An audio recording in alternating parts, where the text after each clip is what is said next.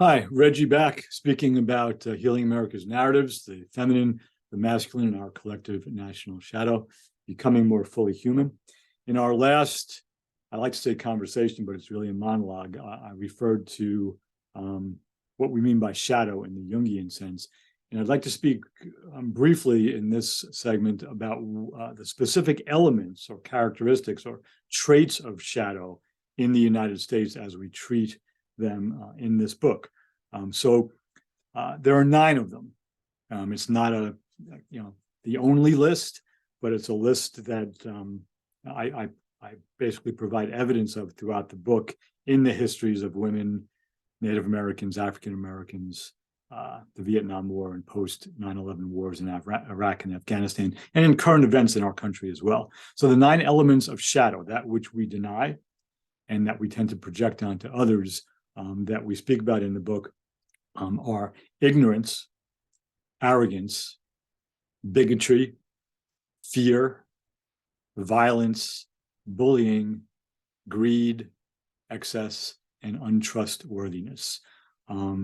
And we'll see how those come to the surface. We can see the evidence of them in these 5 histories that I mentioned. Again, women, Native Americans, African Americans, the Vietnam War, and post 9/11 wars in Afghanistan and Iraq.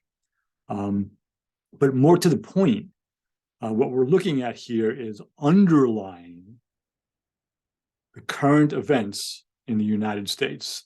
We're talking about the 3rd decade of the 21st century. In the history of the United States, I mean, the country is relatively young by national standards, 246 years old. The evidence of ignorance, what we and our ancestors didn't know about other cultures, of arrogance, once we did know how we still didn't treat other cultures well, greed. So much of what has happened in this country is based on the desire for money and things.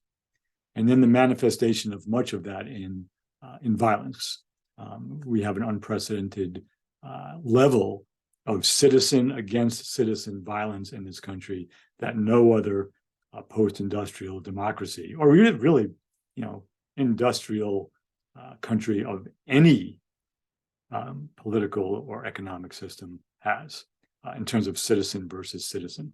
So we'll take a close look at those, and this is discomforting. It's not a comfortable exploration, but the premise behind the book is if we don't look at these things, recognize them, own them, and begin to integrate them into who we are, oh yeah, this is true about us, the healing will never take place.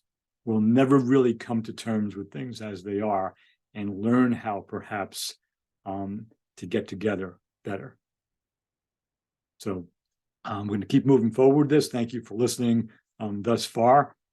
I would recommend each of these is between 2 and 3 minutes.